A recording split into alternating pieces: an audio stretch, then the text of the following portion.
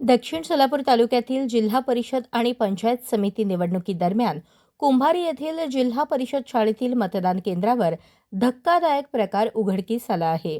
कुंभारी गणातील 58 क्रमांकाच्या मतदान केंद्रावर एका जागृत मतदाराने मतदानासाठी हजर राहिल्यानंतर त्याला मोठा धक्का बसला.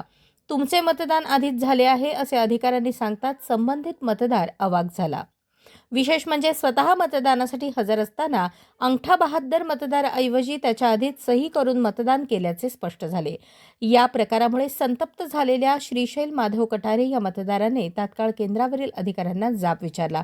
मात्र यावेळी प्रशासनाकडून समाधानकारक उत्तरे न देता उडवाउडवीची उत्तरे दिल्याचा आरोप कटारे या मतदारांनी केला आहे.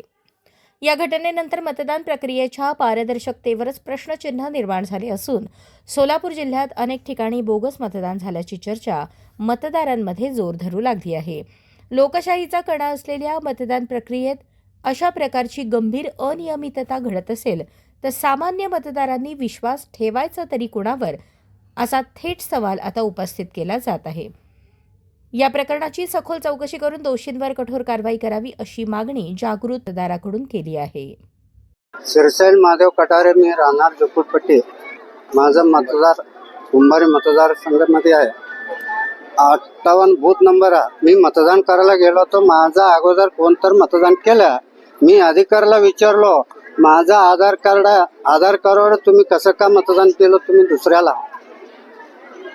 म्हणल्यानंतर त्याने काय म्हणलं, नाही इथं त्याचं नाव आहे त्यांनी सही केला. मी अंगठा बहादूर आहे, सहीचं माझं नाही.